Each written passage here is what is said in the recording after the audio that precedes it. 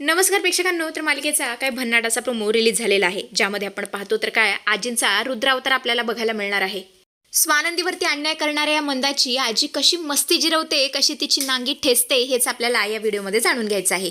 छोटासा व्हिडिओ असल्यामुळे शेवटपर्यंत पहा, जरा सुद्धा स्किप करू नका.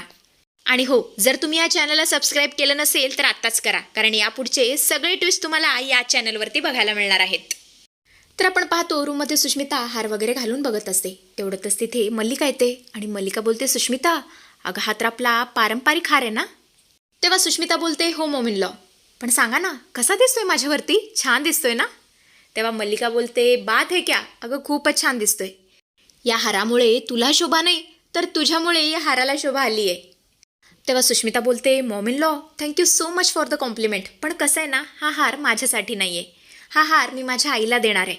देऊ शकते ना? नाही म्हणजे तुमची जर काही हरकत नसेल ना तरच. तुम्ही जर नाही म्हणत असाल तर नाही देत. तेव्हा मल्लिका बोलते, अगं दे ना सुष्मिता, मला काय विचारतीयस? अगं तू आता या घरची मालकीण आहेस, मॉनिटर आहेस. या घरावर तुझा अधिकार आहे, त्यामुळे ते वाटेल ते तुझ्या आईला देऊ शकतेस. माझी काही हरकत नाही आहे. सुष्मिता तर इतकी खुश झालेली असते की बासच. आणि मग काय, ती लगेच मंदाला बोलावून घेते. आणि मग काय, ही मंदा 80च्या स्पीडने राजवाड्यांच्या घरात येते. स्वतःच्या लेकीला म्हणजे सुष्मिताला राजवाड्यांची मालकीण म्हणून बघताना तिचा ऊर अभिमानाने भरून आलेला असतो. पण तिच्या मनामध्ये कायमच स्वार्थ दडलेला असतो. मंदा आता मुद्दामच बोलते, आहा काय दिसते माझी लेक. अगं सुष्मिता, आता तर या घराचे तिजोरीचे सगळे अधिकार तुझ्याकडे आहेत ना? अगं अधिक महिन्यात मी कसं तुमचं आणि जावई बापूंचं कोड कौतुक केलं होतं, आठवतंय ना? आता तू सुद्धा या राजवाड्यांची मालकीण म्हणून तुझ्या आईचं काहीतरी कोड कौतुक करणार आहेस की नाहीस? ती तुझी बहीण स्वानंदी, तिच्याकडून तर मला दमडीची सुद्धा अपेक्षा नाहीये. लग्न झाल्यापासून तिने कधीच मला काही दिलं नाही गं, पण मला तुझ्याकडून फार अपेक्षा आहेत. तू माझी लाडकी लेक आहेस ना, किमान तुझ्याकडून तरी मी अपेक्षा करू शकते ना? तेव्हा सुष्मिता बोलते, हो गाई, मला सगळं कळतंय आणि म्हणून तर मी तुला इथे बोलावून घेतलंय. मी तुला काहीतरी स्पेशल गिफ्ट देणार आहे. चल आपल्या खोलीत जाऊया आणि मग मी तुला देते, आणि ते बघितल्यावर तू खूप खुश होणार आहेस, मला गॅरंटी आहे. चल पटकन. आणि असं म्हणतच ती आता तिला रूममध्ये घेऊन आलेली असते. सुष्मिता आता लगेच कपाटातून तो पारंपरिक हार काढते आणि आईला देत बोलते, हे घे आई, हा हार तू घे. तो हिऱ्या मोत्यांचा हार बघून मंदाचे डोळे चमकतात. ती अतिशय खुश झालेली असते. मंदा आता हावरटपणे म्हणू लागते, वा वा वा, काय हार आहे, मस्तच एकदम, मला खूप आवडलाय. किती मोठा आहे ना, आजवर असा हार मी आयुष्यात कधीच बघितला नाही. थँक्यू सो मच, असं ती सुष्मिताला थँक्यू म्हणू लागते. आणि पटकन आता हार त्या डब्यात घालते आणि तिकडून सटकण्याच्या नादात असते, कारण तिला माहिती असतं जर हे सगळं स्वानंदीने बघितलं तर ती 100% टोकणार आणि हार काय घेऊन जाऊन देणार नाही. असं म्हणतच ती पिशवीत तो हार टाकते आणि तिकडून घेऊन जाऊ लागते. इकडे आपण पाहतो तर काय, समर स्वानंदी रूममध्ये बसलेले असतात, गप्पा मारत असतात. स्वानंदी सुष्मिताविषयी बोलत असते.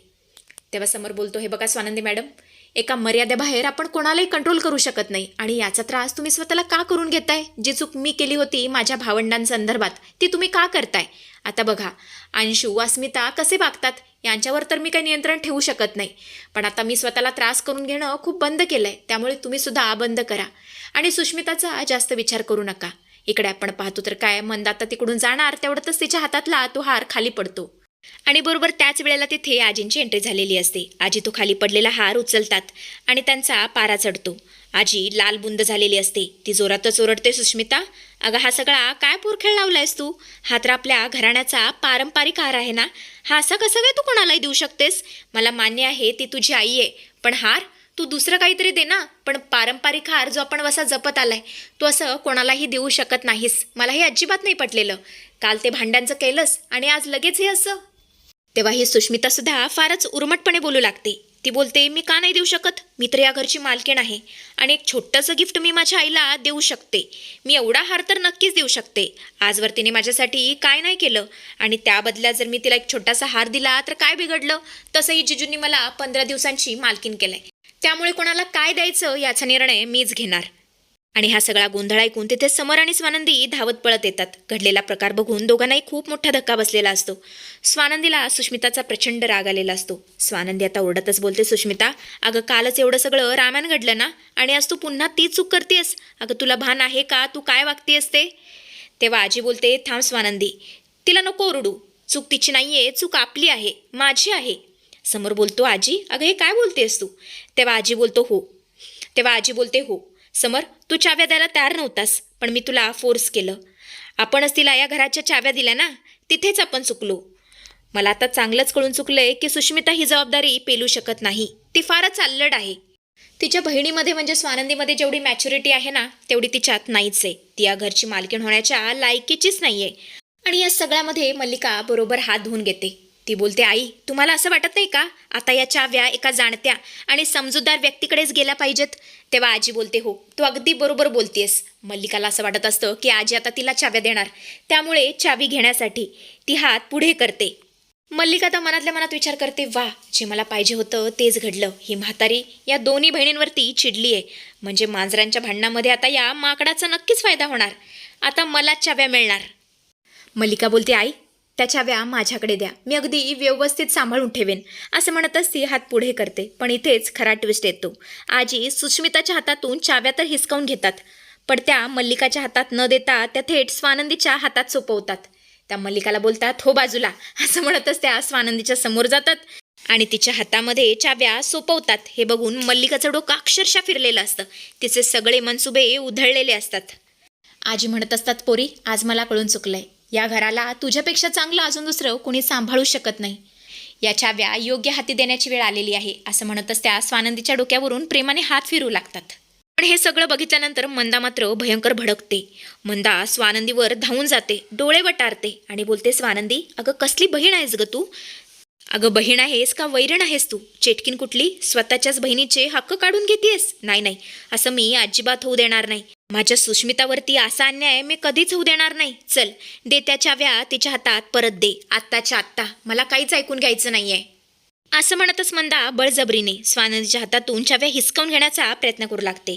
ती स्वानंदीला अक्षरशः धक्का मारते. आजी समोर सगळेच तिला थांबवण्याचा अडवण्याचा प्रयत्न करत असतात, पण मंदा इतकी पेटून उठलेली असते की तिला कोणाचंच ऐकून घ्यायचं नसतं. ती स्वतःच्याच धुंदीत असते आणि स्वतःची मनमानी करत असते. मंदाचा हा कोडगेपणा आणि निर्लज्जपणा पाहून आजींच्या रागाचा बांध फुटतो. त्यांना खूप राग आलेला असतो. समरला सुद्धा राग आलेला असतो, पण बायकांमध्ये तो मध्ये पडणार कसं? आणि तसंही ती स्वानंदीची आई आहे, त्यामुळे त्याला काहीच करता येत नसतं. पण आजींना नक्कीच करता येत असतं आणि त्यात जे काही करतात ना, ते बघतच राहा. आजी आता रुद्रावतार धरतात आणि सरळ मंदाच्या सणसणीत कानाखाली मारतात.